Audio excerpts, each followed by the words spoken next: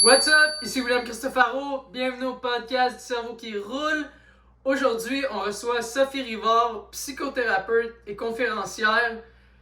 J'ai rencontré Sophie il y a bientôt 11 ans. J'ai été référé. Et dans cet épisode-là, on parle de psychothérapie, IMO, tarot psychologique puis d'hypnose. Puis Sophie nous explique le cerveau triunique. Puis on va aussi dans les séances que j'ai eues il y a 11 ans. C'est assez impressionnant. Cet épisode-là parle beaucoup de qu'est-ce qu'elle fait, comment ça pourrait aider les gens, mais ça parle aussi de ma propre histoire à moi. Donc, sans plus tarder, écoutons l'épisode. Sophie Rivard, merci beaucoup de me recevoir ici dans ton bureau. Est-ce qu'il y a une situation dans ta vie qui t'a fait, en fait, aller vers la psychothérapie, l'hypnose, l'IMO, les tarots psychologiques? Oui. Comme tu le sais, j'ai travaillé longtemps comme musicienne professionnelle, près de 30 ans en fait. Puis quand je faisais ce travail-là, vraiment, à ce moment-là, mon intention, je te dirais même ma mission, c'était que je voulais que les gens passent un bon moment, oublient leurs problèmes, puis se sentent heureux le temps d'un concert. Puis ça allait même là, dans mon idée jusqu'à, puis peut-être même élever l'âme, parce que je pense que la musique, ça peut faire ça. Fait que j'avais déjà dans ma façon d'être, dans ma façon de fonctionner dans ma vie, ce souci-là que les gens se sentent bien, que les gens soient heureux. Puis éventuellement, ben, le violon, je suis violoniste, est devenu un sport dangereux pour moi. Parce que, ben, en fait, pour des raisons multiples, j'ai beaucoup d'endroits dans mon corps qui ont été brisés, fracturés, luxations, etc. Ce qui fait que plus ça allait, plus c'était difficile pour moi de faire ça comme travail, de jouer du violon. C'est pas une position qui est bien naturelle non plus.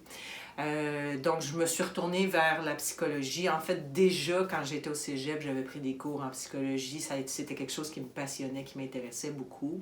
Fait que je me suis mise à faire des recherches pour trouver un cours en psychothérapie en tant que tel. Puis, ben, je me suis mise, en fait, à aider les gens autrement. Fait que je fais le même travail maintenant que je faisais comme violoniste, c'est-à-dire travailler à ce que les gens soient heureux. C'est ça ma démarche. Puis j'ai vraiment bien choisi. J'adore mon travail. Ah, c'est cool ça. Oui. Tu m'as définitivement aidé à travers les années. Wow. Merci. Merci beaucoup. Puis comment que ça pourrait aider les gens, que ce soit la psychothérapie, l'hypnose, l'IMO, le tarot psychologique? Je sais que nous, on a fait beaucoup de IMO, puis ça m'a vraiment aidé, mais je voulais revenir plus tard. Comme, tu sais, la première fois qu'on s'est vu, c'est en janvier 2013. Oui. Puis, qu'est-ce que je voulais venir, premièrement, pouvoir aider toutes les gens, justement, à en apprendre plus sur qu'est-ce qui s'en est. Puis en même temps, moi, voir maintenant, comme 10 ans plus tard, où est-ce que qu'est-ce qu'on a fait un petit peu, puis comme qu'est-ce que je comprends maintenant de qu'est-ce que c'est le IMO. Oui, ben écoute, avec joie. En fait, je te dirais que toutes ces pratiques-là sont intégrées pour moi à la psychothérapie en tant que telle. Donc, quand je dis ces pratiques-là, le IMO, qui veut dire intégration par le mouvement oculaire, je t'expliquerai un petit peu plus en détail, puis j'expliquerai pour tes auditeurs et spectateurs. Hypnose et tarot psychologique, c'est quelque chose que j'ai découvert un petit peu plus tard, mais qui est une méthode projective qui est aussi aidante. Tout ça pour des raisons différentes. Donc, je te dirais, mon créneau de base, c'est la psychothérapie. Puis souvent, on confond psychothérapie et accompagnement psychologique. Dans le fond, accompagnement psychologique, tu vis un enjeu particulier, un deuil, une prise de décision, il y a quelque chose qui se passe dans la vie, puis là, il faut trouver une façon de résorber ça. Donc, la personne, souvent, psychologue, psychothérapeute, travailleurs sociaux, etc., va accompagner la personne à traverser ça. Moi, ça m'intéresse beaucoup plus d'aller du côté, c'est ce qui me passionne, là, de la psychothérapie. Donc, psychothérapie, grosso modo, là, c'est que tu vas fouiller en dedans de toi, tu vas regarder qui tu es, comment tu fonctionnes, quels sont tes pièges. Ça s'appelle des fausses croyances, des choses que tu crois de toi, dont tu es convaincu, mais qui sont fausses, puis qui te piègent, qui t'amènent dans des espaces où tu n'es pas heureux. Donc, d'arriver à tout analyser cette structure-là interne, psychologique, de qui on est, puis de la transformer vers des croyances réalistes et des croyances aidantes. Le mot à la mode en ce moment, c'est beaucoup croyances limitantes versus une croyance qui est saine, pour arriver justement à être plus heureux.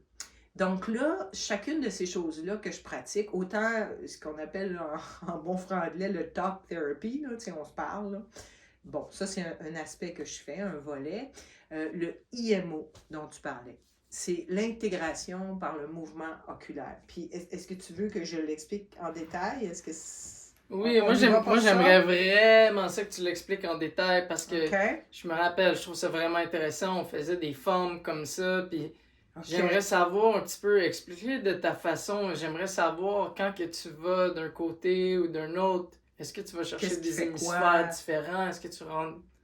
Oui, OK. Ouais, si tu me permets, je vais prendre ma maquette de cerveau ici. J'ai tout mon équipement proche de moi. Puis ça, c'est effectivement les mouvements qu'on utilise. Là, je ne sais pas si... Oui, est-ce que tu la vois? Ouais, il fallait que j'arrange... C'est bon? Parfait. OK. Fait que je vais démarrer avec une petite explication. Bon, évidemment, c'est très vulgarisé, là, mais moi, je trouve que ça fait image puis ça permet de vraiment saisir ce qui se passe. Puis je crois sincèrement que de comprendre ce qui se passe, c'est aidant aussi. Mm-hmm. Dans le sens que c'est pas de la magie ce qu'on fait, mais ça veut que notre cerveau est plutôt magique. Mm-hmm. OK? Donc, ici, on a le...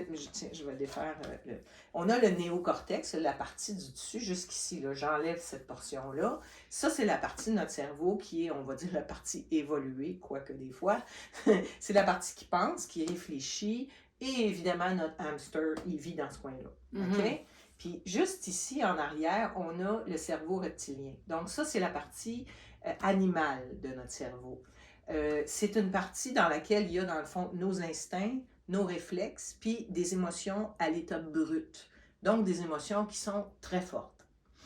Quand on vit nos expériences... Puis, bon, je ne déferai pas celle-là, mais je suis très, très équipée en cerveau.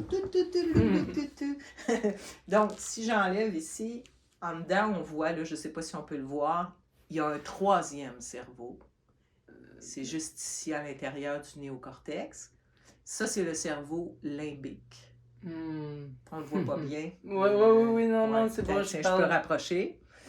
Donc, ça, c'est la partie beaucoup inconscient, le stockage des émotions qui sont filtrées à partir de là. Lui, je ne le défais pas parce qu'il est difficile à monter. Donc, quand je vis mes expériences normales de tous les jours, les informations entrent dans mon cerveau par les 5 sens. Et donc, la vue, l'odorat, l'ouïe, le toucher et le goût. Et dans le toucher, on inclut les émotions, les sentiments, les impressions physiques, la fameuse boule d'anxiété, etc. OK? Donc, je vis mes expériences de tous les jours. Les informations vont se classer par mes 5 sens un peu partout dans mon néocortex. Ça fait, on va dire, des petits dossiers. Bon, grosso modo, c'est mon histoire, c'est mes souvenirs. OK? Maintenant, il arrive que dans la vie, on vive des chocs. Un choc que j'ai souvent remarqué chez les athlètes, c'est l'athlète qui est habitué d'être au sommet de ses performances, qui est habitué de fonctionner, justement de performer à pleine capacité.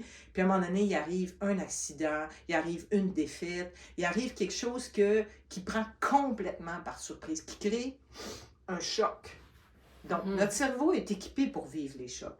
La façon dont ça se passe, c'est qu'un choc, au lieu de rentrer par les 5 sens, va rentrer par parfois 2 sens. Donc, il rentre, en fait, l'information entre dans notre cerveau de façon concentrée. Et ça va carrément faire un choc dans notre cerveau. Et le mien s'écrase même un peu, là. Ça fait comme une petite empreinte, OK? À ce moment-là, ça permet à mon cerveau tout de suite de détecter que je suis sous le choc. Là, ce que mon cerveau va faire, c'est qu'il va brancher des neurones et des synapses ensemble pour créer, j'ai mon petit kit ici, un circuit neurologique. OK? Un circuit, un paquet de trucs branchés ensemble. Un bon nœud. Ben, un nœud, en fait, je te dirais que c'est en fait un amortisseur de choc, un shock absorber. Fait que ça permet d'amortir le choc. Qu'est-ce que ça fait exactement? C'est que ça coupe l'action du néocortex quand je suis sous le choc et ça envoie le relais ici à mon cerveau reptilien. Donc, je ne suis plus un être intelligent, je suis un animal. Je suis dans mes réflexes et instincts. Et il y en a 3, on les dit souvent en anglais, fight or flight or freeze. Je m'enfuis, je me bats ou je paralyse.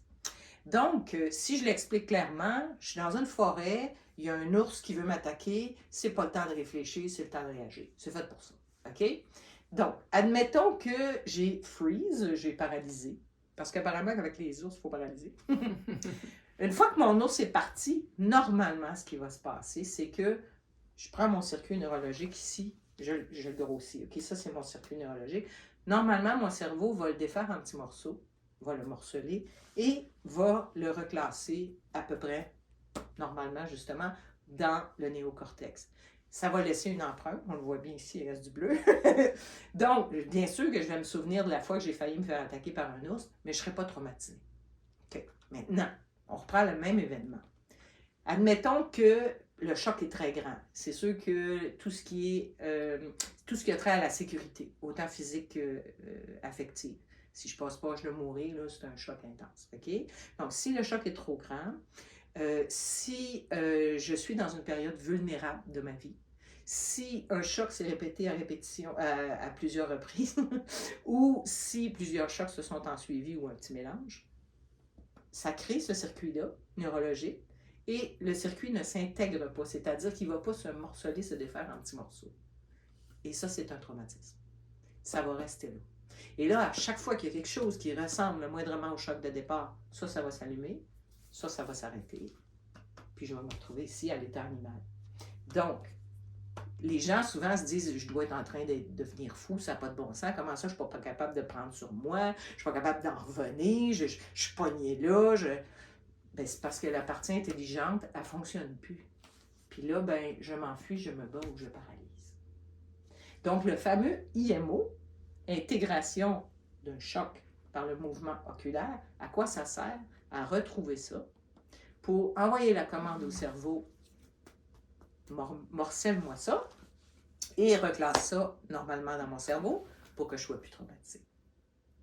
OK, mon explication est un peu longue, mais ça le fait. Ouais, c'était parfait comme explication, mais on n'a pas fini. Ça fait du sens dans tout ce que tu as expliqué. Ben, c'est l'idée de savoir pourquoi ça colle, puis je crois que c'est intéressant pour les gens de savoir que c'est pas parce qu'on est paresseux ou qu'on est con ou qu'on est en train de devenir fou. Non, c'est un réflexe normal du cerveau. Le traumatisme, ça peut arriver à n'importe qui, n'importe quand, sous toutes sortes de circonstances. Puis les gens ont besoin de le savoir justement qu'ils ont comme 3 parties, tu sais. Dans le fond, le néocortex, le limbique, puis le reptilien. Puis le reptilien, c'est le top du top, là. C'est nos réflexes d'animaux. Il n'y a rien qui passe au-dessus de ça. Fait que quand tu es rendu là, dans le reptilien, tu auras beau essayer de prendre sur toi, c'est le reptilien qui va gagner, là. Le néocortex, lui, il ne fonctionne plus, là. Donc là, comment ça, le mouvement des yeux? Comment on peut réussir à demander à notre cerveau de reclasser l'information? En fait, c'est ça que ça fait. Le mouvement des yeux, en fait, c'est basé sur la période paradoxale de sommeil. Quand on rêve, nos yeux bougent. Ça s'appelle Rapid Eye Movement. Ça porte un nom qui est en anglais carrément. Donc, si vous avez des animaux, chiens, chats, tu as sûrement déjà vu ça, les yeux, ça part dans tous les sens. Ben nous aussi. Et dans le fond, encore là, c'est vulgarisé, nos yeux voient comme ça et comme ça. On pourrait le dire comme ça. D'accord? Donc, quand mes yeux bougent, mes yeux sont en train de faire comme un scan de mon néocortex pour soit classer les dossiers, on remet ça à bonne place, dans mes souvenirs, ou sortir les poubelles, c'est-à-dire que ça tombe dans l'oubli. Puis c'est bien correct de même. Okay? Des fois, il faut les sortir les poubelles. Donc là, les chercheurs qui ont créé cette méthode-là se sont dit, on va reproduire ce que les yeux font quand on dort. Puis là, ça ressemble, je ne sais pas si on le voit bien, ça ressemble à ça. Donc, il y a des allers-retours de droite à gauche, il y a des allers-retours de haut en bas, puis il y a des diagonales. OK? Donc, à ce moment-là, le praticien utilise soit un outil ou ses mains, peu importe, pour guider les yeux de la personne de ces différentes façons-là, tout en disant des phrases qui sont représentatives du choc que la personne a vécu. Tu as déjà vécu l'expérience. Oui, puis c'est... Et donc, ça fait allumer dans le cerveau le fameux circuit qui est resté coincé et le cerveau reclasse l'information, morcelle le traumatisme et reclasse de façon plus normale. Ça demeure un souvenir, mais c'est plus quelque chose qui va s'activer constamment. Par exemple, si je reviens à l'exemple de l'ours tout à l'heure, ben, au départ, je vais avoir la phobie des ours si je suis traumatisée. Éventuellement, à chaque fois que je vais voir du brun, mon cerveau va déclencher. Puis, s'il y avait un avion qui passait au-dessus de moi pendant ce temps-là, mon cerveau va l'avoir enregistré. 3 mois après, je suis super contente, je m'en vais dans le sud, je prends l'avion, j'adore ça. Je vais être incapable d'embarquer dans l'avion. Pourquoi? Puis je ne saurais pas pourquoi, là. Mais parce que mon cerveau va avoir tout enregistré ça, et ça veut dire danger. Donc, plus ça va, pire c'est quand on a un traumatisme. Ça devient de plus en plus intense. Mon cerveau déclenche à tout bout de champ. Donc là, le fait de reclasser l'information, ben, je me libère de ça. Puis je peux continuer ma vie sainement. Donc, c'est pour ça que ce serait important pour des gens qui vivent des traumatismes. En fait, moi, je pense que c'est même pas juste des gens qui vivent des traumatismes. Je pense que les gens dans la vie de tous les jours, que ce soit un athlète, que ce soit quelqu'un qui travaille à quelque part, n'importe qui, comme je pense que tout le monde devrait pouvoir au moins être au courant de ça, parce que c'est tout le monde qui vit des traumatismes, que ce soit un petit traumatisme ou un gros traumatisme. On en a tous. Tu as parfaitement raison, effectivement. Puis souvent, on ne se rend pas trop compte. D'ailleurs, une des beautés du IMO, c'est qu'on peut partir du traumatisme, mais si on ne sait pas exactement quel il est, bien, on peut partir de la conséquence du traumatisme dans notre vie. C'est-à-dire qu'on voit qu'il y a un comportement qui n'arrête pas de se reproduire. Et tu sais, dans les traumatismes, il y a évidemment aussi d'avoir vécu dans une famille dysfonctionnelle. Ça en fait partie. Donc, oui, effectivement, l'utilisation est vaste. On peut aider énormément. Puis, j'ai appris récemment pourquoi le cerveau reclasse l'information. Je trouve ça absolument extraordinaire de savoir ça. Ça fait longtemps que la recherche se penche là-dessus. Malheureusement, je ne me rappelle plus du nom, mais je sais que c'est un neurochirurgien qui l'a trouvé. Lui, il ne voulait pas croire que ça fonctionnait, fait qu'il s'est dit « Tant et aussi longtemps que je ne trouve pas pourquoi, je ne le croirais pas, fait qu'il l'a trouvé. » Et c'est tout simple. En fait, c'est que quand je suis sous l'action de la peur, donc quand le choc s'instaure, pour arriver peut-être à un traumatisme, dépendant des circonstances, mes yeux vont être fixes. Je vais fixer, dans le fond, la cible danger. Je vais vérifier rapidement s'il se passe autre chose autour, mais les yeux vont avoir tendance à être fixes. Quand je suis en sécurité, du point de vue animal, admettons que je suis un animal humain qui déambule dans une forêt, mes yeux balayent le territoire. Primo, pour pas m'enfarger puis être capable de bien marcher, puis pour admirer le territoire en question, admirer la nature. Donc, quand mes yeux sont en déplacement, ça veut dire que je suis en sécurité. Quand les yeux sont coincés fixes, je suis en danger. Fait que là, tu fais allumer un circuit qui s'appelle danger, puis tu places les yeux en situation de je suis en sécurité. Le cerveau ne peut pas allier les deux choses. Fait qu'il reclasse l'information. C'est hot, hein? Il la reclasse du côté de la sécurité. Je pense que je sais pas si c'est Andrew Huberman, mais il y a quelqu'un qui, lui, je pense que c'est un neuroscientiste ou quelque chose comme ça. Mais lui, avant, il faisait du skate quand il était plus jeune, puis maintenant, il étudie dans ça, puis il expliquait que faire des mouvements comme ça rapides pour justement se calmer, ça venait énormément aider. Oui, tout à fait. Ouais. Dans le fond, à se sentir en sécurité. C'est la base de l'humain. Soit que je me sens insécure, je suis pas bien, puis là, j'ai toutes sortes de mécanismes de défense, puis de réactions défensives qui vont s'allumer, ou soit que je me sente en sécurité, je me sens en paix, puis là, ben, je suis fonctionnelle, ça va bien. Là. C'est tout l'essence de mon travail. Vraiment cool. Vraiment cool. Oui. Est-ce que, quand je me rappelle, là, peut-être 10 ans ou 9 ans, quand je travaillais avec toi, il y a quelque chose qui m'a toujours marqué, c'est que tu m'expliquais une histoire en lien avec des cannes de pois chiches. Oui, tu t'en rappelles. Cette fameuse c'est trop chou. Ouais.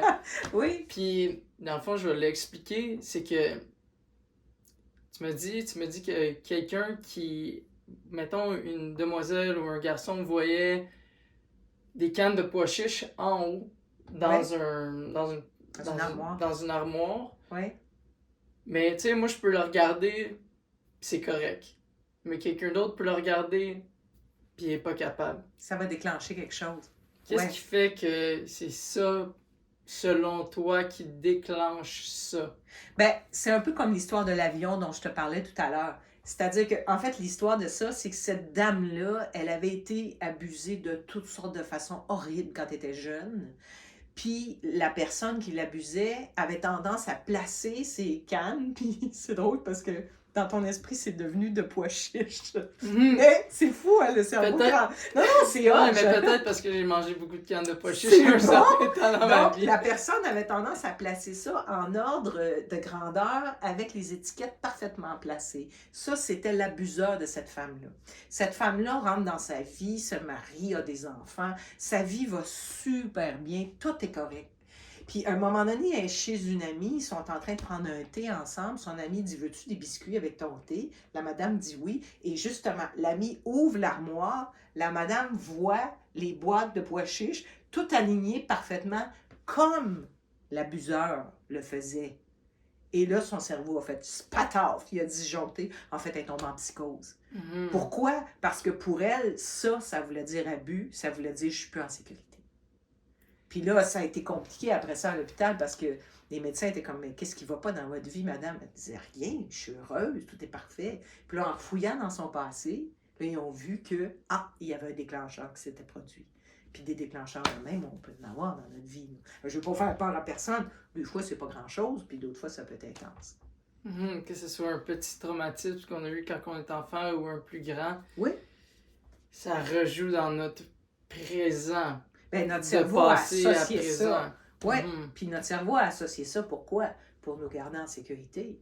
Mais en même temps, on ne vit pas avec des ours enragés tout le temps à côté de nous, mais c'est l'impression que ça nous donne. Mhm.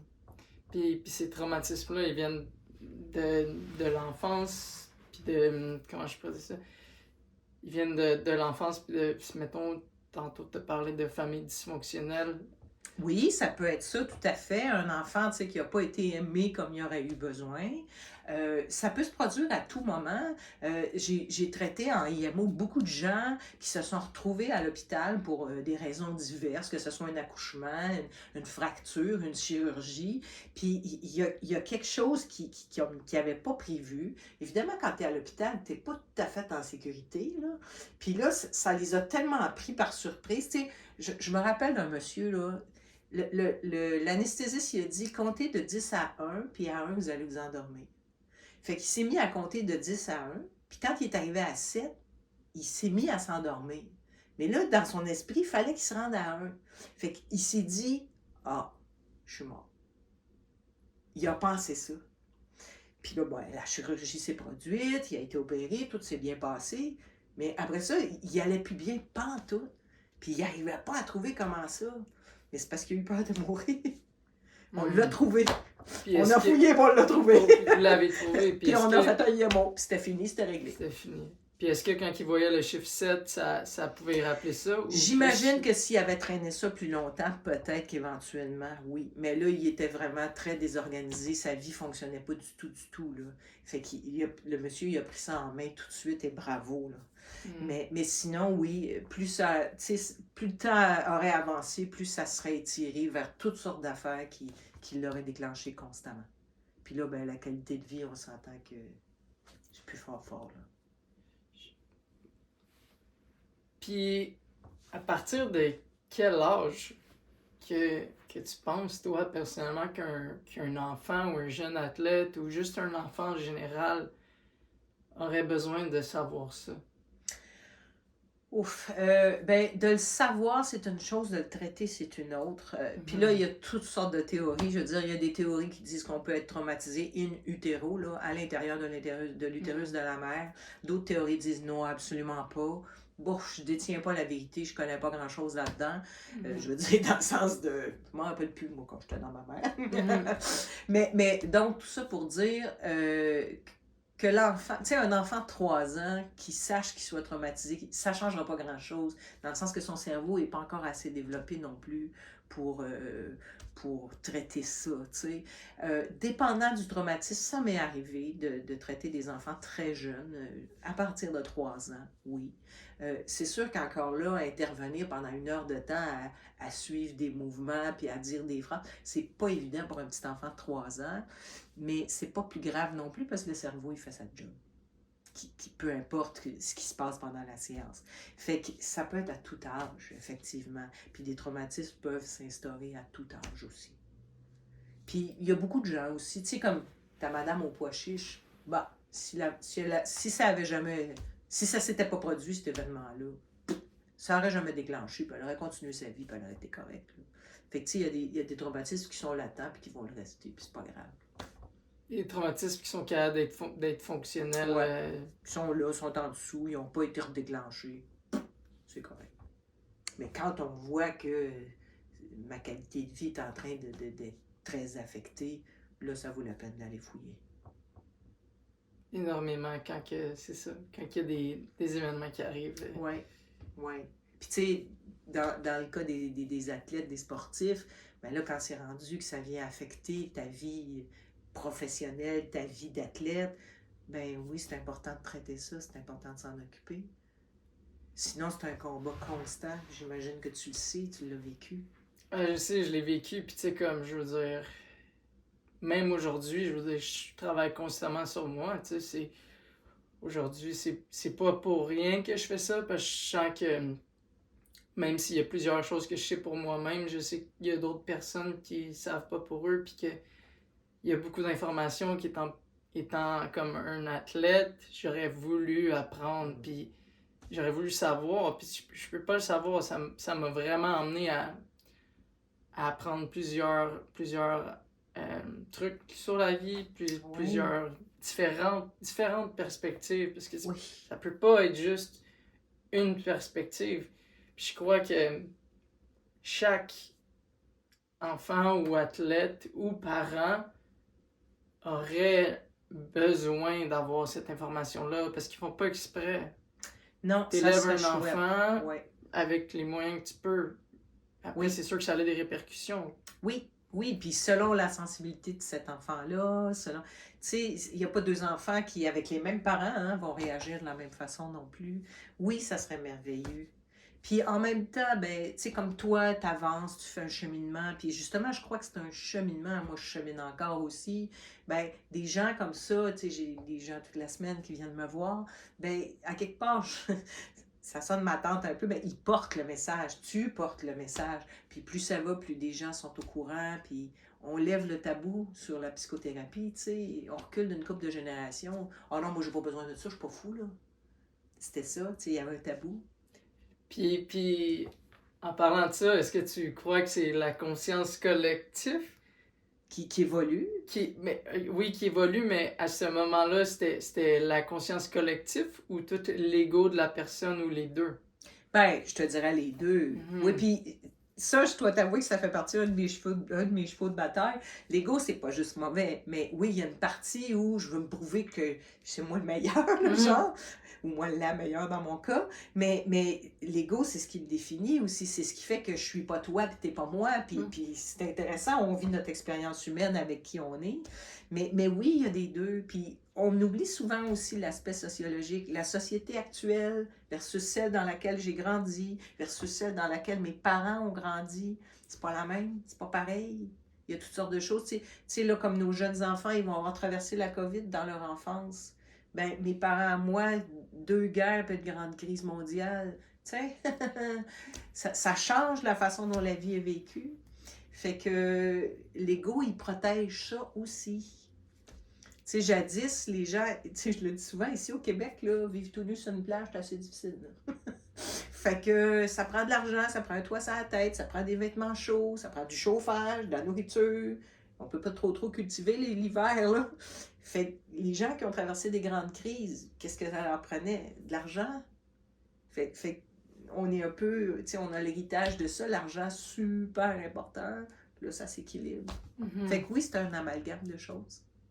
Ouais, vraiment, je trouve ça important que ça puisse être discuté maintenant, comme en général, tu Plus sais, ouvertement. plus ouvertement. Oui, puis c'est pas t'es un problème, c'est je suis pas tout à fait assez heureuse à mon goût ou je. Tu sais, le tabou sur la psychothérapie, c'était t'es un problème, va te faire arranger, tu sais. Ben non! Moi, dans mon temps, tu sais, comme j'ai l'impression, tu sais, étant jeune avec toutes les commanditaires puis de la compétition, j'étais une personne vraiment beaucoup anxieuse étant jeune, mais j'ai l'impression que j'avais comme pas le droit à ce moment-là d'être anxieux.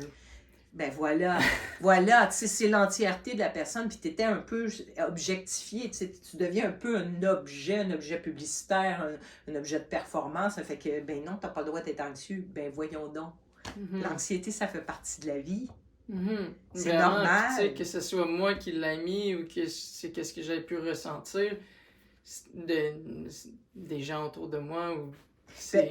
Puis tu sais, un autre de mes grands chevaux de bataille, les émotions, ce sont des informations. Fait que ce sont nos alliés et non nos ennemis. Mais on ressent ça comme des ennemis. Fait que, tu sais, à l'époque, si tu avais pu l'écouter, cette anxiété-là, ça t'aurait informé, puis tu aurais pu replacer les choses, puis... mais quand on le sait pas. Une des plus belles choses que j'ai appris, c'est vraiment tout ce qui est la colère et la peur. Parce que c'est pas des émotions nécessairement qu'on a le droit de montrer, mais qu'ils sont des boussoles pour... Tu sais, la Tellement. peur nous fait reculer. Hey, j'adore ça, des boussoles. Wow. Oui. Mais Elle nous protège. elles nous protègent. Mais c'est comment qu'on fait pour avancer. Ben, Soit puis qu'on se l'ajuster. prépare, c'est ça, soit qu'on se prépare mieux, Et voilà. ou soit qu'on fait le step, tu sais. Oui. La colère, est-ce que j'ai mis mes limites quand je voulais parler? Est-ce que je me sens impuissant?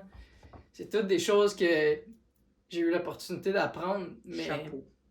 étant plus jeune, c'est ça, tu sais. On sait pas trop ça. C'est pas ça. Non, puis l'autre affaire qu'il faut savoir aussi, c'est que tu sais, le cerveau humain, il prend beaucoup de temps à se développer. Puis quand on est plus jeune, il y a une portion qu'on n'arrive pas tant à saisir. En fait, c'est la portion que je détachais tout à l'heure, là. Ça ici, là, En tant qu'enfant, ça? oui, le lobe préfrontal. Tu sais, c'est la dernière portion qui arrive à pleine maturité, aux alentours de 24 ans. C'est très long. Puis là-dedans, on a la projection vers l'avenir, on a la gestion des émotions très fortes. Donc, on touche à cet aspect-là. Puis on a la prise de décision importante, entre autres. Là. Tu sais, le cerveau, c'est pas des petites cases. Hein. Tout ça est très entremêlé, mais bon, des grandes tendances. C'est pas des farces. Là. Un enfant de 16 ans n'a pas de projection vers l'avenir suffisante, c'est-à-dire de faire cette démarche-là de projection vers l'avenir pour décider de regarder avant de traverser la rue. Il va le faire parce qu'il l'a appris puis il a été programmé à le faire. Mais de dire, si je traverse puis que je suis rendu là puis qu'à ce moment-là, il arrive un auto puis que je peux me faire frapper, donc c'est important. On n'a pas cette projection-là à 16 ans, t'imagines-tu? Fait que, tu sais, il y a une part où, justement, enfant, on survit à notre enfance, notre adolescence, puis au début de l'âge adulte. On traverse nos mécanismes de défense, que ce soit la fuite, que ce soit l'oubli de soi, ça nous permet de survivre, de passer à travers. Jusque-là, c'est bon. Mais à un moment donné, ça nous empoisonne. C'est plus bon. C'est un peu comme la peau de serpent. Là. C'est trop serré, ça me fait plus. C'est ça, le cerveau. Le cerveau va faire en sorte, va prendre la bonne décision pour être dans sa propre survie, comme survivre à la prochaine. Oui, puis là, il finit par t'indiquer, regarde, tu n'as plus besoin de survivre maintenant, c'est correct. Parce que c'est vrai là, qu'un enfant de 5 ans, s'il est laissé à lui-même, ben oui, il va mourir.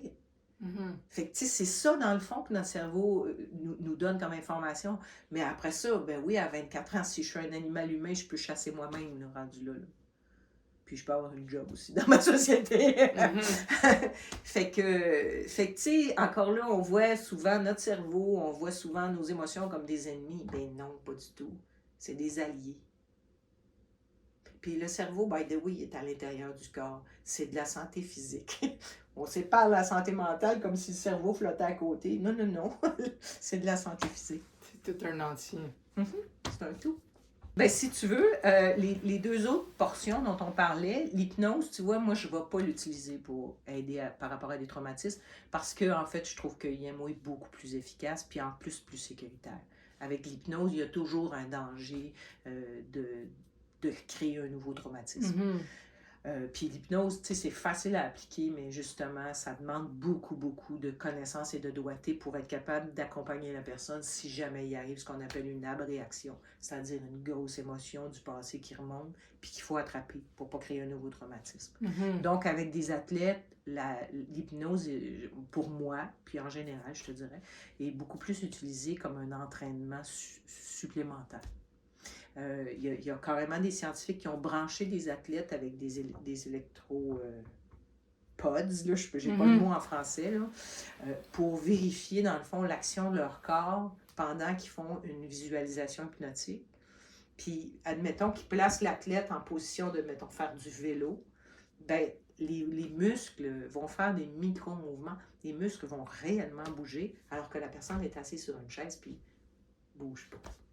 Fait qu'il est possible de façon expérientielle, de vivre l'expérience, notre cerveau peut faire ça, de travailler le sport ou la même chose pour la musique et différentes choses qui sont dans la performance. On peut se pratiquer, on peut le faire par l'hypnose. On peut aussi aller chercher de la confiance en soi, créer comme des transformations à l'intérieur de soi. Fait qu'à ce moment-là, l'hypnose, je l'utilise plus dans cette optique-là, avec des gens qui sont du côté de la performance, surtout les athlètes, là. C'est comme un entraînement intérieur.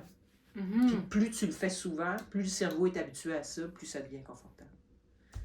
Puis quand tout ça est coincé, ben là, je vais vers l'autre affaire dont tu parlais, qui est une méthode projective d'analyse psychologique. C'est le tarot psychologique. C'est le même principe que les tâches de Rorschach. C'est des tâches qui ressemblent à ça, là. Quand on a tellement fait le tour rationnellement de la question, puis qu'on tourne en rond, c'est tout le temps pareil, c'est tout le temps les mêmes conclusions, puis ça change pas. Puis cette façon-là de procéder, c'est-à-dire de regarder des cartes de tarot, puis de dire qu'est-ce que ça me fait sentir, puis comment je vois ça, puis qu'est-ce que j'interprète, ça va chercher le côté créatif de mon cerveau, le côté, c'est ça, le côté plus artistique et créatif, puis ça amène des nouvelles réponses, des réponses créatives. Fait que souvent, la personne est en train de faire sa propre lecture. Là. Moi, je lis pas l'avenir. Puis là, elle fait comme « Ah! J'avais jamais vu ça comme ça. » Puis là, pouf, il y a quelque chose qui vient de switcher. Fait que je me trouve super chanceuse d'avoir tous ces outils-là. Je vais aller les chercher aussi, là, à ma disposition, pour pouvoir aider les gens de différentes façons. Donc, est-ce que tu crois que le fait, après avoir eu les traumatismes, moi j'ai l'impression que je le sais que j'ai resté là pendant un certain temps, mais le fait que je sois capable de faire du skate aujourd'hui, il y a plusieurs raisons pourquoi je suis capable de faire du skate, là, mais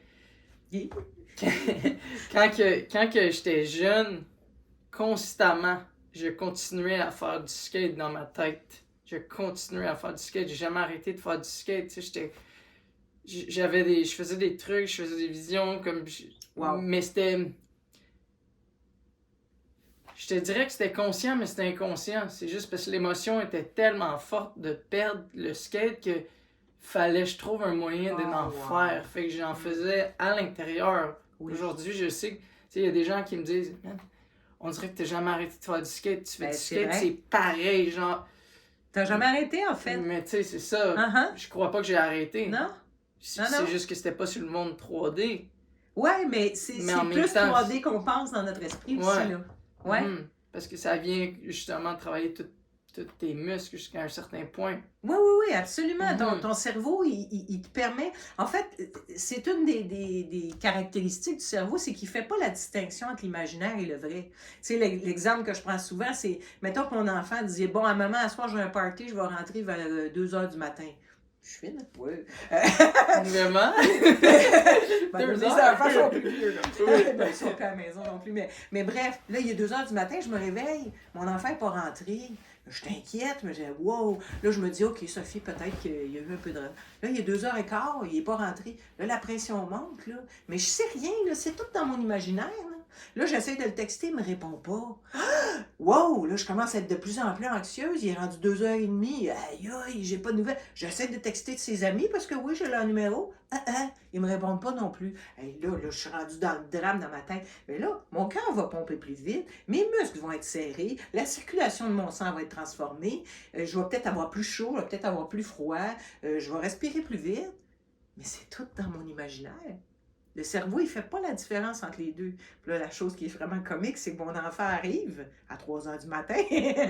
Puis là, j'ai bâti tellement de pression imaginaire qu'au lieu de dire « Oh, je suis contente, t'es correct, je t'aime assez, je t'ai en vie. » Ben là, je saute dans la rue. « S'il te plaît, je suis t'appeler! » Fait que notre cerveau, il ne fait pas la différence entre l'imaginaire et le vrai. Mais justement, autant on peut se faire se compter des peurs, comme j'appelle, on peut se faire du mal avec ça, autant on peut l'utiliser de façon bienfaisante. Fait que oui, de continuer à travailler ton sport dans ton esprit, tu continues vraiment à le travailler. Vraiment. Ouais. Maintenant, je le sais, parce que je l'ai appris, ça, que le réel, les réels, comme le virtuel... Ouais, tout... le cerveau, il embarque là-dedans. Ben, d'ailleurs, avec les casques, là, on a le vertige. Comment ça? Je suis assis dans ma chaise. Ah, ben oui, le cerveau, il fait pas la différence. Ouais. Fait qu'on peut se servir de ça pour faire du bien. Puis à quelque part, de façon très résiliente et naturelle, tu l'as fait. Wow, c'est cool. incroyable. Ouais. C'est incroyable maintenant de le voir puis de faire. Ouais. Il y a eu un temps où j'ai senti que c'était comme ça pouvait être un moyen d'échappatoire. Ouais, puis c'est comme une douce torture aussi, parce que t'as pas accepté en même temps. Mais oui, tu continues à avancer quand même à travers ça. Ouais. Ton corps, il continue à enregistrer les mouvements, comment je pourrais dire, dans ton positionnement dans l'espace, tout ça, il continue à l'enregistrer. Enregistrer. Ouais. Ça, c'est fascinant. Ah non, c'est une machine extraordinaire qu'on a là-dedans, là. C'est un bijou. Il faut juste qu'on s'en occupe. Puis j'ai envie de dire qu'on le maîtrise parce que sinon, il peut nous maîtriser, il peut nous contrôler. Facilement. Oui. En fait, tu vois, ça, c'est quelque chose que je dis souvent à mes clients. Tu sais, mon cerveau, là, il s'en fout de ma qualité de vie. Lui, ce qu'il veut, c'est me garder en vie de plus longtemps et donc préserver de l'énergie. Fait que quand je veux faire des changements, ça coûte cher en énergie. Mon cerveau, il dit reste donc dans tes vieilles habitudes. C'est pour ça qu'on a tant de misère. Mais en même temps, je sais très bien, comme être qui a pris le temps de réfléchir puis qui a pris le temps d'évoluer, que je peux investir un peu d'énergie puis qu'au bout du compte, je vais en regagner. Mais ça, mon cerveau, il ne sait pas. Fait qu'il faut tenir le coup. Fait qu'il faut travailler sur soi. Oui, puis surtout persévérer. C'est pas one shot. Ça peut pas arriver d'un seul coup. C'est beaucoup de travail, de répétition et de... Oui, puis là, différentes perspectives aussi. Oui, bien une fois que tu as répété beaucoup, ben là, ton cerveau il est habitué, puis là, il est bien content de répéter la nouvelle affaire. Puis là, ben, tu as gagné quelque chose d'intéressant dans ta vie. Vraiment. Est-ce que, si on regarde les IMO, est-ce qu'on peut regarder les IMO que j'ai fait? Oh! Attends un peu. Je suis curieux de voir c'est quoi les phrases. Ah oui, mon Dieu! OK. Attends un peu. OK, alors, j'en ai un ici. Ça, c'était sur l'accident, la chute en ski. OK. Alors, j'étais capable, il n'y avait rien qui m'arrêtait. Tu vois, tantôt, on en parlait un peu. L'athlète qui a toujours performé, puis là, tout d'un coup, d'une certaine façon, qui découvre la peur, puis qui découvre qu'il est humain. C'est fréquent, là. Excuse mon anglicisme. C'est fréquent, puis j'aimerais rajouter, tu sais, j'étais capable, tu sais, c'est tellement irréel qu'est-ce qui s'est passé. Maintenant, je suis capable de l'exprimer, mais à un certain moment, je pouvais pas l'exprimer à tout le monde. Puis ça a été très difficile de trouver justement un espace où je ressentais les personnes qui pouvaient le faire, tu sais. Ben, puis tu sais, il y a comprendre ici, puis il y a comprendre ici, hein. Puis ça, c'est plutôt simple, mais ça, c'est une autre histoire. Fait que tu sais, c'est un peu ça que t'exprimes, là. Puis en écrivant le livre que je suis en train d'écrire, qui m'a emmené ici, puis en faisant des cours à l'école, ben c'est comme ça aussi que j'ai réalisé, tu sais, à ce moment-là, tu sais, souvent les gens ils disent le cœur, le cerveau, le cerveau, le cœur, le gut. Oui, il y a des neurones dans tout ça, il y a des neurones dans notre cœur. C'est tellement tout un cycle. Mais le cœur, à ce moment-là, dans ma vie, quand ça s'est arrivé, il est arrivé plusieurs choses, puis il y a beaucoup de trucs qui étaient comme, man, mon cœur était entièrement comme fermé à ce moment-là, énormément triste de Ouais. toutes les situations. Mais- Ma mère, à ce moment-là, elle avait eu le cancer, mon grand-père est oui, mort, Ben oui. puis j'avais une séparation avec une copine. Fait que, tu sais, à ce moment-là, je pouvais pas nécessairement le réaliser puis le savoir parce que tout était trop gros. Maintenant, je suis capable de Ouais. l'exprimer à force d'avoir travaillé sur Puis moi. de libérer puis- chaque truc, là. C'est ça. Ouais. Puis c'est Mais- ce qu'on disait tantôt, tu sais, quand j'expliquais par rapport au IMO, s'il y a plein de chocs qui se produisent en même temps, c'est que ta mère, tu perds une copine, tu as un accident, c'est trop. À un moment donné, le cerveau, il dit, OK, wow, parfait, Mhm. on va rester en survie. C'est ça. Puis après, tu sais, c'est arrivé où ce que je me suis recogné. Puis c'était pas la même impact. C'était pas, tu sais, premièrement, c'était pas aussi rapproché, là. Mais c'était plus la même association. Ouais, Puis j'étais capable de quand même continuer à vivre Ouais. puis à faire mes trucs, tu sais. ouais. Ouais. Fait que, tu sais, Mhm. on voit qu'à ce moment-là, tu étais plutôt libéré, tu avais repris, dans le fond, le contrôle de ton néocortex. Mhm. Tu pouvais aller chercher tes ressources puis gérer la situation. Ouais. Mais quand on est dans le reptilien, on n'a plus des ressources de gestion de situation. On a des réflexes, that's it. Mhm. Fait que justement, regarde la prochaine phrase, c'était dans le futur, il peut arriver la même chose qui est arrivée. Fait que là, c'était la peur qui s'était allumée là. La Mais peur de pas- la peur qui arrive. Ouais. Ben oui, parce que là, une fois que tu as la preuve, ben ça fait peur. Mais tu sais, parce que Mais Parce- les pensées changent tout le temps. Tu vois, c'est ça. C'est avant, mon cerveau était clair, puis à un certain moment, Il se c'est promenait comme quand tu partout. te promènes partout, puis tu te rappelles même plus qu'est-ce qui est arrivé voilà une heure.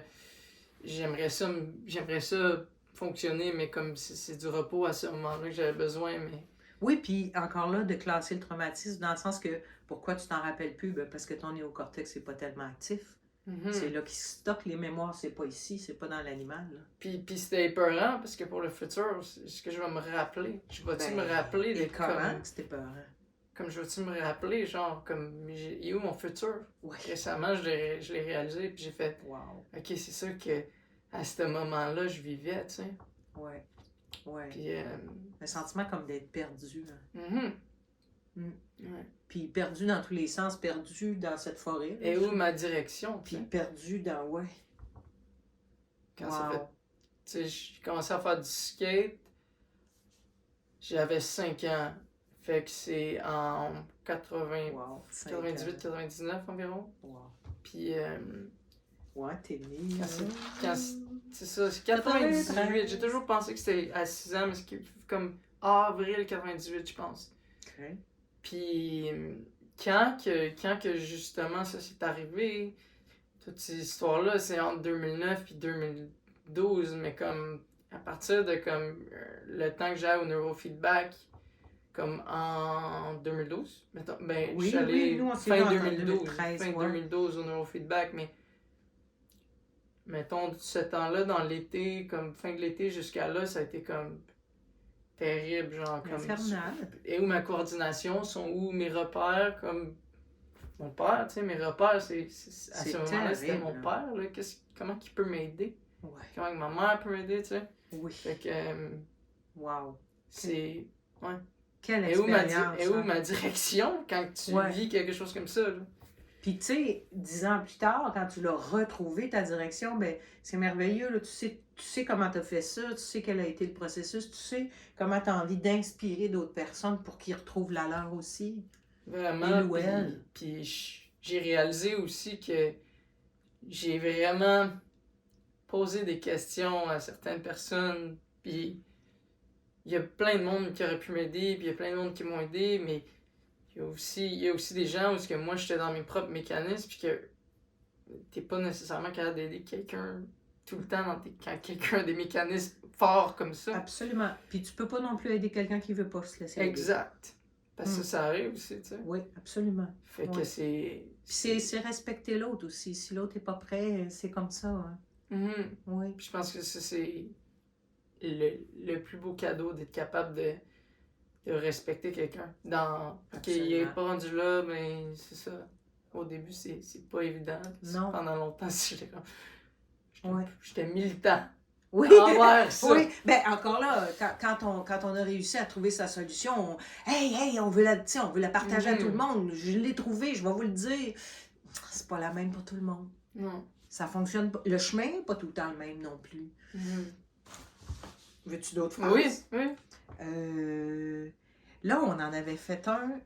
Tu vois, une fois que, tu t'en parlais d'ailleurs tantôt, là, une fois que la peur commençait à être un petit peu estompée, un peu moins présente de même direct dans le visage, là, on avait abordé la colère. Puis là, on l'avait fait, dans le fond, on appelle ça en dissociation, on l'avait fait directement sur la colère. Fait que tu sais, tu sentais une boule au plexus, tu avais une difficulté à être en contact avec toi, avec cette colère-là, c'était comme si elle était interdite. Puis finalement, puis c'est souvent dans le mouvement qui est en haut. Nos ressources sont souvent en haut. Quand on est heureux, yeah, ça s'en va en haut. Justement, dans le mouvement qui est en haut, tu avais dit good spirit. Il y avait quelque chose de toi là, qui s'allumait dans tes ressources à toi, personnelles. Puis de ce good spirit-là. Ouais, c'est cool ça, le good spirit. Puis il est écrit colère interdite, même à ce moment-là. Oui, ta difficulté de contact avec la colère. Puis là, après ça, le good spirit s'est allumé. Puis là, tranquillement, pas vite, c'est comme si le chemin vers la colère, qui permet de placer des limites saines, hein, c'est ça, cette information-là, là, cette émotion-là, c'était ouvert. Wow. Tu sais, William réalise que le fond de colère qui l'habite est lié au fait qu'il ne se sent pas compris.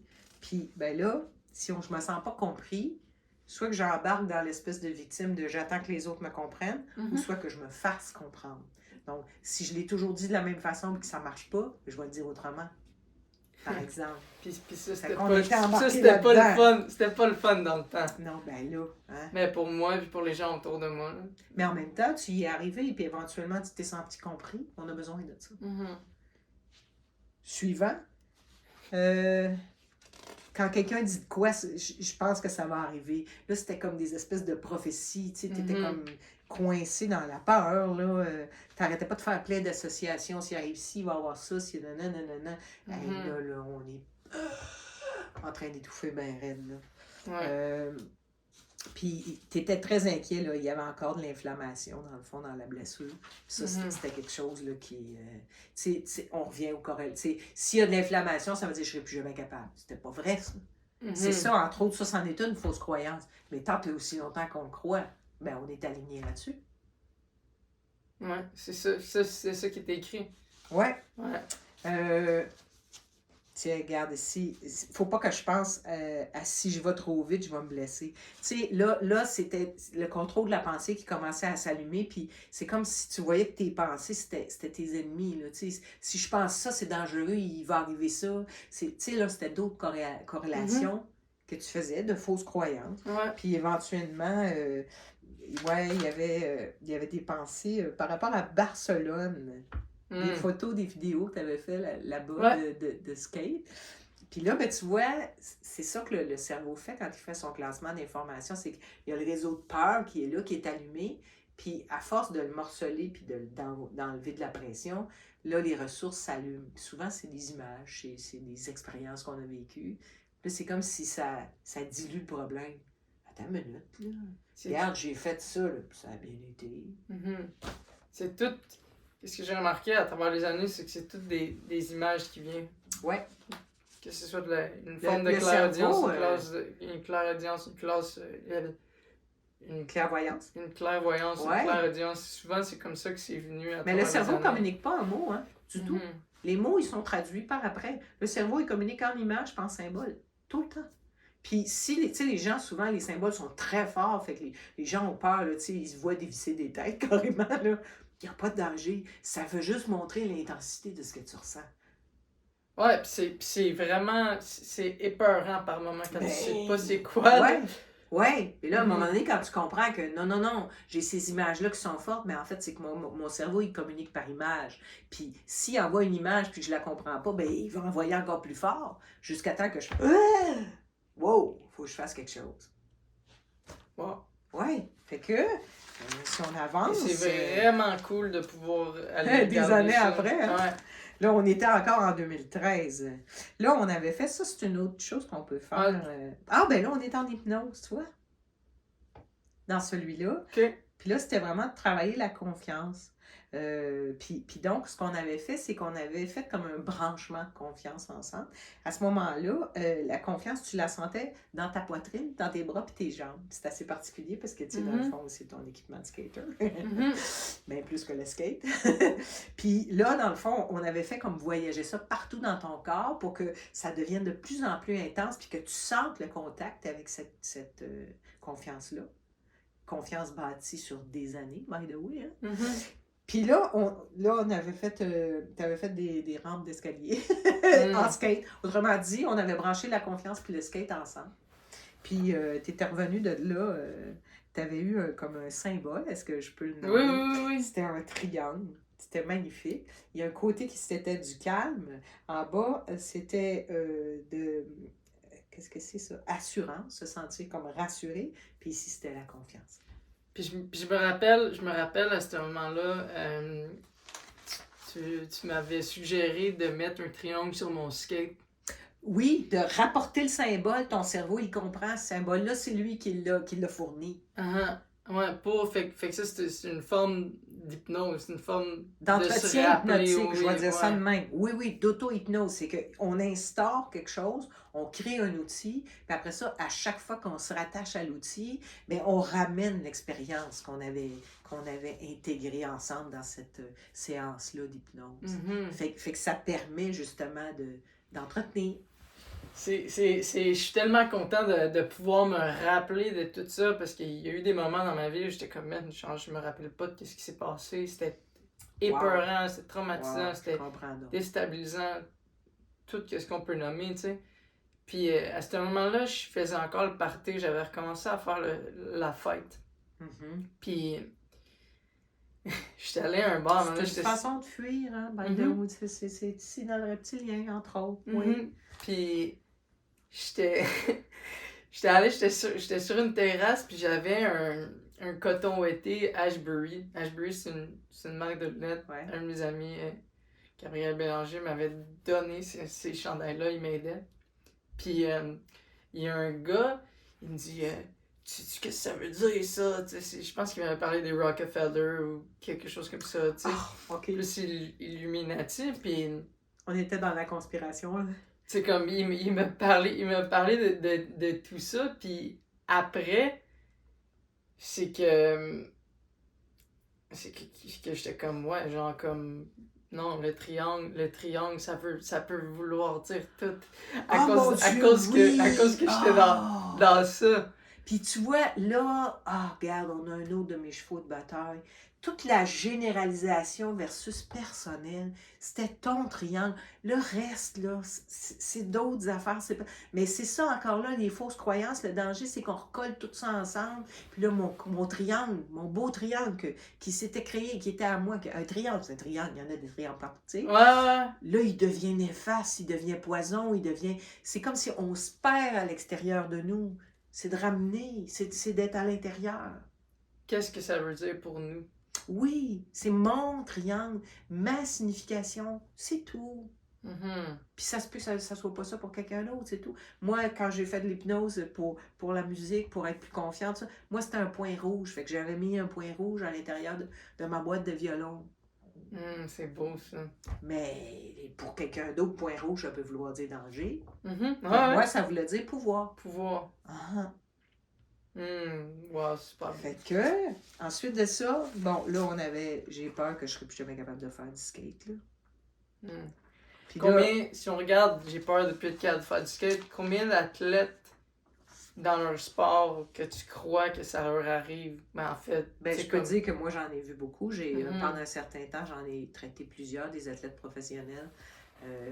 Ça arrive souvent. Puis tu sais, on est là, on regarde un athlète performer, un combat de ci ou de ça, un match de ci ou de ça. Puis tu sais, les supporters ont leurs opinions et tout, mais on sait pas tout ce qui se passe à l'intérieur de ces gens-là. Il y en a qui sont rendus, qui sont transis de peur. Il y en a qui ont perdu leur confiance en eux. Puis tu sais, on est comme, ben là, ils sont payés des millions, puis non, puis... Ouais, mais ça peut arriver. Il y a quelque chose qui va te prendre par surprise. Tu n'as pas eu de pouvoir dans la situation. Tu as toujours eu du pouvoir dans cette situation-là. Pouf, ça dérape. Fait que oui, ça arrive beaucoup. Mhm. Puis la plupart réussissent à retrouver leur confiance de différentes façons.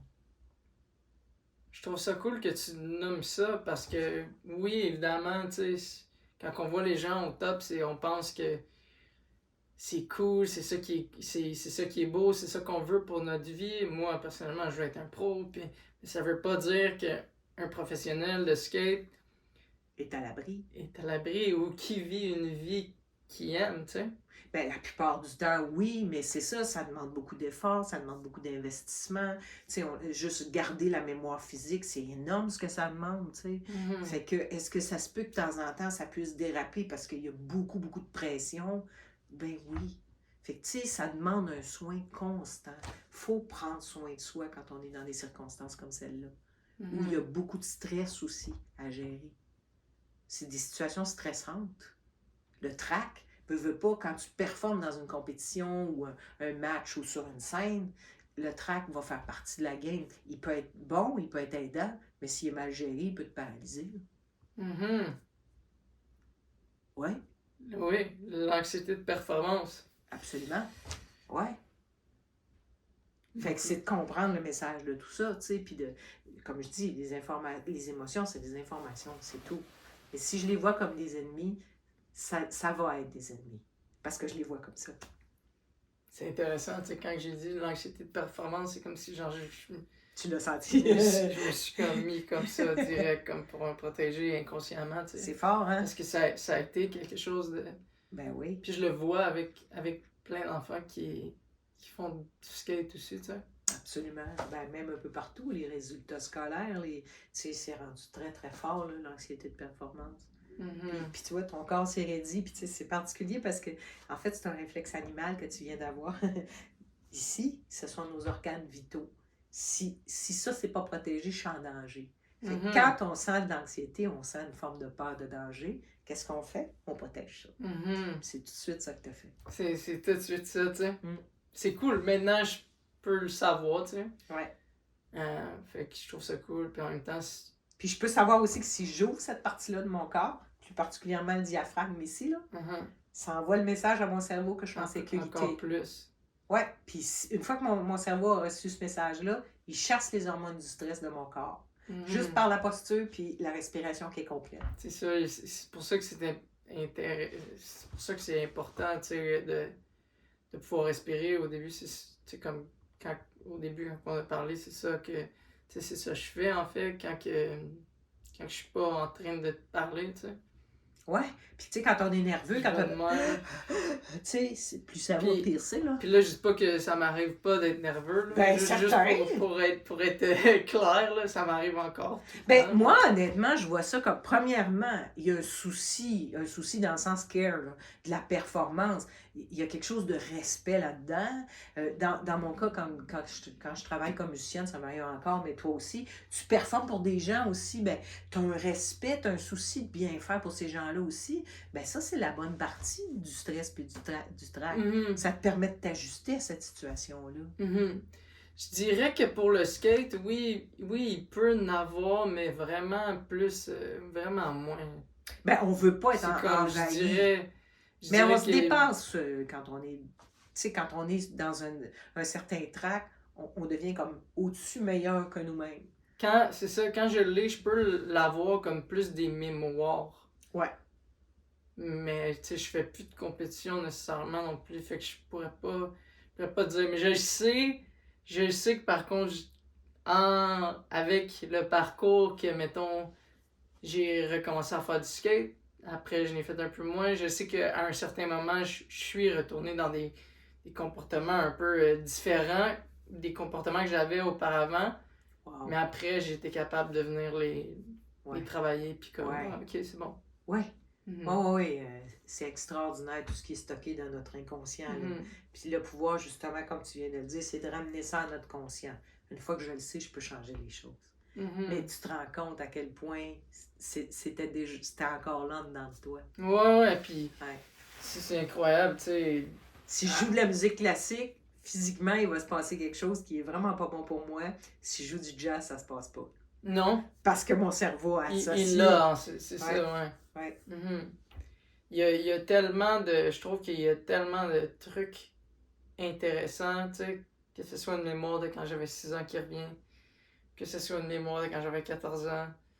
Maintenant, je sais plus comment les travailler, ces outils-là, mais étant Ouais. plus jeune, je savais pas, là. Ouais.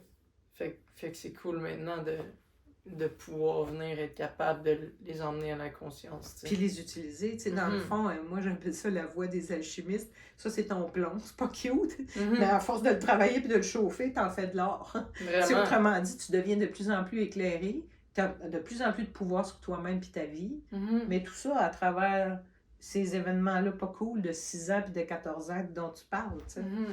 Fait que Ouais. c'est pas si mauvais que ça soit produit.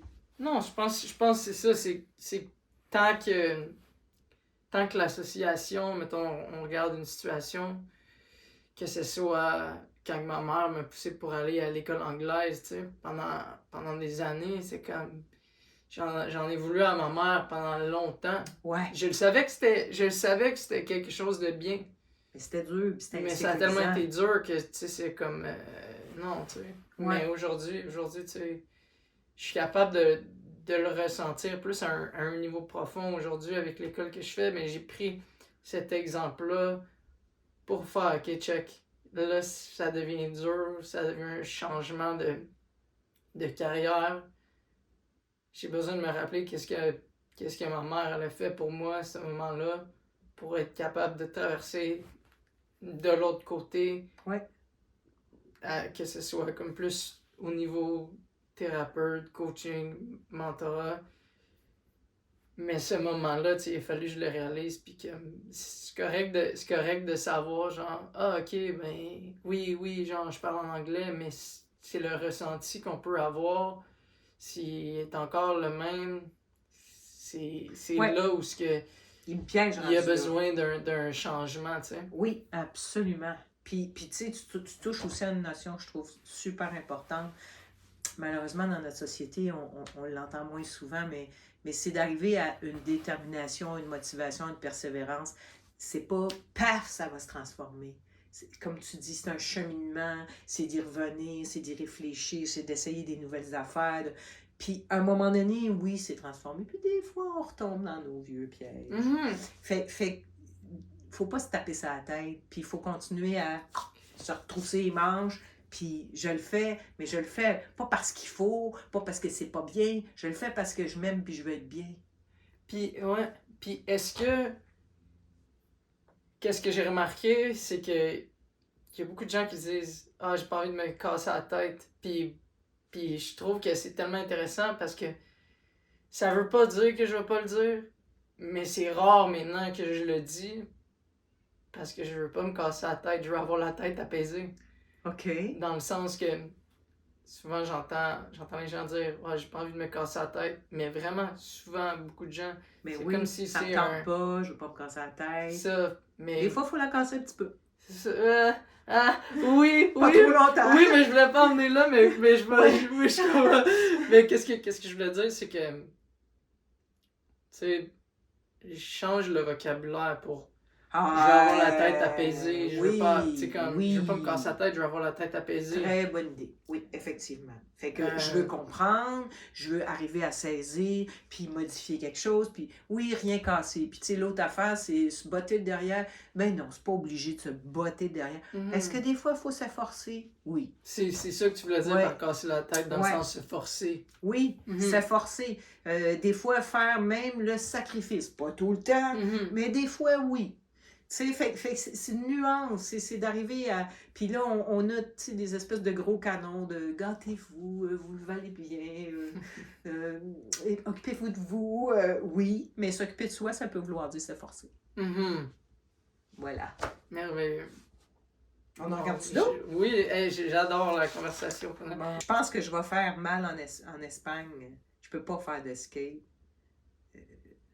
Oh, puis là, c'est un peu, je le dis tel quel. Ouais, vas-y. Je me blesse sur des hosties de conneries de marde. On est en 2014. Ouais, en 2004. Fait que, encore là, là, tu vois, ça c'est quelque chose que j'aime. Moi, la colère, c'est mon ami. Mhm. Il y avait beaucoup de colère au bout du compte qui avait sorti là-dedans. Puis, finalement, cette colère-là était très utile. Primo, pour se mettre justement des limites, des balises. Puis la colère, là, c'est toute une énergie, c'est toute une force. Ça nous aide à traverser notre peur. Fait qu'au bout du compte, c'était ça. Tu sais, c'était comme si ça a fini puis t'as fait... Ouais, peut-être j'exagère un peu, là. Tu sais, t'avais dit c'est stupide. Mais- Ouais, puis Ouais. tu sais, puis je sais, c'est comme dans ce temps-là, c'était comme... Tu sais, genre comme, je suis capable de faire mes trucs à tous les coups d'habitude. Puis c'est là- drôle l'intensité. Ouais. Tu sais, comme, je suis capable de faire mes trucs à tous les coups. Puis là, ma coordination est complètement off, puis genre, j'ai pas le droit de l'exprimer parce que le monde, il pense que je suis un peu fou. Moi, je pensais que j'étais fou à ce moment-là. Parce que je suis comme, man, je suis capable de faire du skate, mais comme mon corps fonctionne des fois il fonctionne pas. C'est quoi qui se passe? La peur est là en dessous. tu sais. La peur est là, mais clairement qu'à la- un certain moment, il y avait eu les traumatismes aussi, là. Oui. Puis Mais- c'est pour ça que la peur, rendu là, c'est plus que de la peur, c'est de C'est- l'effroi, là, je sais c'est vraiment ça. appeler ça. Puis la colère, faut la canaliser. Si je suis juste de... Ben, au bout du compte, je viens raide comme une barre, puis mes mouvements seront pas fluides. C'est là. pour ça que les enfants, c'est... Tu sais, moi, à donner des cours de skate, je suis comme, des fois, ils ont peur, puis je leur explique. Et voilà. Parce qu'ils ont Comprendre besoin ça. de le savoir. Ouais. Ok, c'est correct, t'as peur. C'est chill, normal. Vas-y, respire. Oui. Wow. Ça me faisait, je vais te le dire de même, ça me faisait sortir des liquides bruns quand les gens me disaient respire, ouais, respire.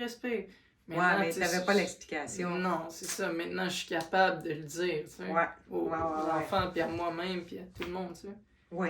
Ah, vraiment. Vraiment. Mais ouais. Puis là, bon, on a du talk therapy, de la psycho ordinaire. On en a une coupe. Une question spéciale pour toi. Je t'écoute. Un cerveau qui roule pour toi, ça veut dire quoi?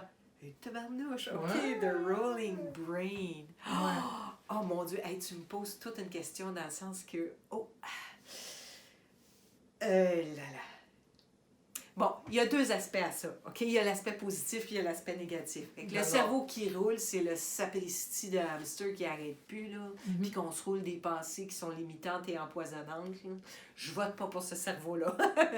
Mais j'aime beaucoup l'arborescence du cerveau. Bon, je le sais que c'est un terme plutôt psychopop, là.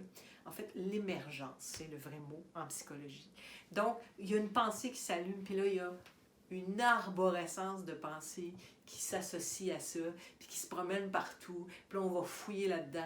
Autrement dit, la capacité à faire des liens, à associer les choses ensemble, puis à se comprendre, puis à comprendre les autres. Pour moi, c'est ça, un cerveau qui roule. J'adore parce que je trouve, ben premièrement, je trouve ça vraiment cool. C'est la première fois que je la pose cette question-là. à Hey, quelqu'un, merci, mais quel je vais la honneur. mettre, ouais. Je vais Wow. commencer à la mettre dans le podcast. Hey, c'est super bon, moi j'adore ça. Puis au fin, ça fait rouler le cerveau. Ouais, j'ai aimé comment tu l'as expliqué plus d'un aspect cerveau hamster qui roule. Oui. Puis j'ai aussi aimé comment tu l'as emmené en cerveau arborescence. Ah, écoute, moi je Parce- triple là-dessus. Là. Ouais, parce que le cerveau qui roule, moi au début, c'était comme un cerveau en skate qui fonctionne, qui roule, parce que wow. j'ai pu refaire du skate. Puis, Ah, tu sais, évidemment, on a tout l'autre côté, puis là, ma mère, Oui. là, le cerveau qui roule, elle voyait ça plus comme le hamster, tu sais. ah oui. Puis tu vois, moi, autant quand je travaille, ben ça m'arrive encore de faire des concerts à l'occasion, quand je travaille comme musicienne que quand je travaille comme psy, c'est ça. C'est cette arborescence. Il y a plein d'affaires qui s'allument, puis on va fouiller là-dedans, puis ah oui, ça, je vais tout mettre ça ensemble, puis wow. Puis, ouais, j'ai aussi aimé quand tu as expliqué c'était quoi un cerveau en arborescence, parce que moi, je le savais.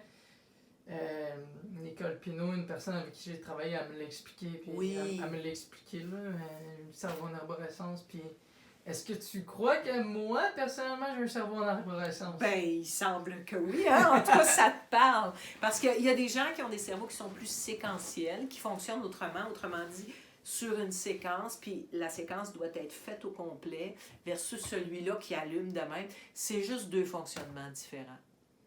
Puis le séquentiel, je crois, a tout de même son arborescence parce que veut pas. Notre cerveau, il en fait des liens, là.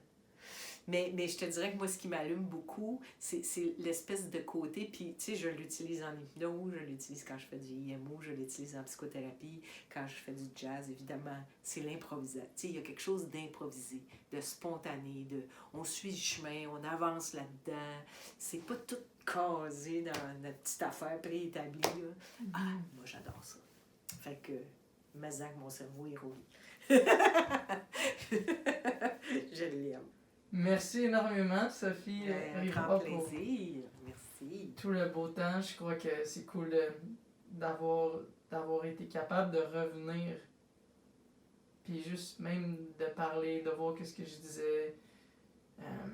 Oui, l'évolution, Ouais, hein, l'évolution. sur 10 ans. Mhm. C'est beau, hein? Ouais, vraiment. Moi, ça, c'est ma grosse paye, c'est de voir mes clients Puis- devenir heureux comme ça. Wow! Puis je m'attendais vraiment pas à venir aussi longtemps. Tu sais, je savais pas comme ça allait prendre combien de temps. Puis là, c'était juste vraiment cool d'avoir cette conversation-là avec toi. C'était- Pareillement, vraiment. Mhm. Merci C'est- beaucoup. Merci beaucoup. J'espère que vous avez apprécié l'épisode autant que moi. C'était super cool de pouvoir aller voir Sophie puis d'en apprendre autant. Il y a beaucoup de choses que je savais, mais il y a beaucoup de choses qui ont été expliquées aussi à travers elle. Quand je suis allé, je me sentais vraiment retourné à l'enfant en dedans de moi, mais que maintenant il comprenait sous un angle différent plein de choses. Donc c'était vraiment intéressant. Puis en même temps, je trouve que c'est vraiment intéressant pour tout le public. Il y a beaucoup de choses là-dedans que c'est des notions que on n'a pas tous. Donc j'espère que cet épisode-là a pu vous aider. Il va y en avoir plusieurs du côté bien-être comme ça. Je trouve ça bien de pouvoir emmener des perspectives différentes, que ce soit l'hypnose, la nutrition, tout ce qui est plus environnemental, un peu de tout. Donc, merci énormément de votre écoute. Si jamais vous voulez en savoir plus, vous pouvez nous suivre sur @TheRollingBrain, @Conscious.Skateboarder, puis il va y avoir des updates là, puis il va y avoir plusieurs épisodes. Donc, joyeux temps des fêtes à tous et merci beaucoup.